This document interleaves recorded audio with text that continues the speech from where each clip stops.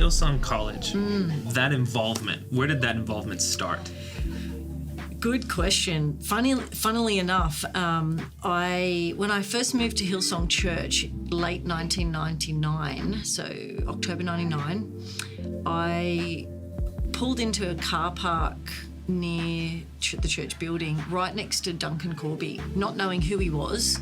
Turns out he was the college principal at the time in the city campus, and only a number of months later, he and Mark Hopkins, who was running the college at the time, contacted me and said, "Hey, do you want to come in for a college interview?" And I'd not even been in church 6 months yet, but I'd come from a background where I'd been teaching college and I'd been in ministry. Right. So by 2000, I was working at college. Did your yes look different than what you thought it was going to be? It wasn't not what I expected, but doesn't mean I absolutely loved it. Right. It was still very challenging for me to be well and truly outside of my gift set, just saying yes because I knew it was the right place and the right people. I just knew I wasn't quite in the right fit yet, and I had to trust it would turn out that way. What were the things that you loved the most about the student journey?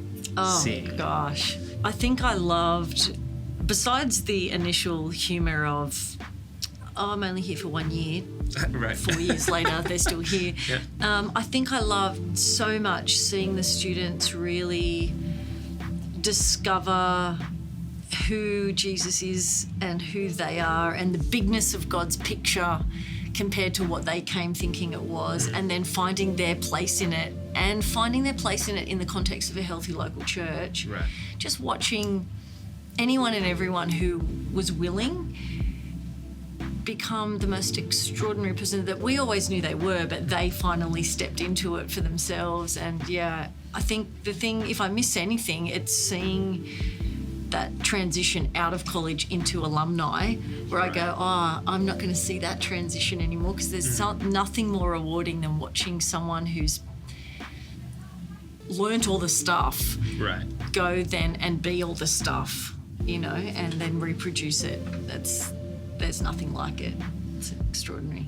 So you did that for 11 years, and then some call came that said, "Hey, Israel." So now we're back full circle, and what was a dream is now in front of you. Becoming a reality. Is in front of you, and you waited a while for that. Like 20-something years. I remember you telling a story once about what you've written in your journal. Yes. So can you remind me a little bit? So when I went there at 21, I fell in love with the place. But lots of people fall in love with Israel, and it's a bit weird. So I didn't want to be one of those people. So I thought, you know what, I'll go back again by myself and I'll stay 6 weeks, because that's usually long enough to hate somewhere or love it. And so I went back on my own, and it just kept getting more and more under my skin. And as it came time for me to leave, the last couple of days, funnily enough, was watching a Hills Christian Life Centre worship video at a friend's house, a video, VHS. Like a tape? An actual VHS video. You had to rewind it? No, not a cassette. Well, a video, like they really existed. They're not just props for 80s movies. They really existed. So I'm watching this video, and this worship song comes on, and for some reason I lost it, and I was never that person. So I lose it, and I write it, go for a run. That's how I process, first of all, and then come back and I write in my journal, God, if a church like that could ever be in a place like this, I want in. I'm up for it. And that was at 21? That was at 23. At 23? Yeah. So, and I wasn't even in Hillsong Church at that time. Wow. I just knew there was something about that church that could impact that place, and couldn't have even dreamed that I'd be on Hillsong Church staff, let alone being sent by Brian to be the person to start the church, not just even be a part of it. So all of this being said, looking back at all the things that God has done thus far, from Israel, in life, in gosh, general. I know that's a very long list. But looking back at everything that God's done up until this point in your life, from one generation of leaders to another generation of leaders that's coming up, what would you say to us? What would you tell us?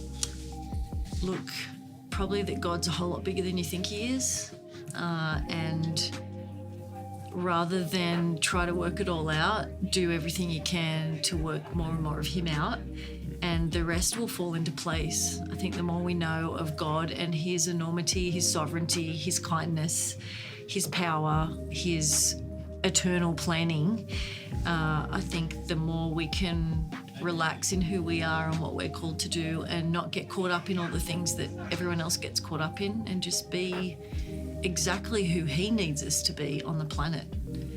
Yeah.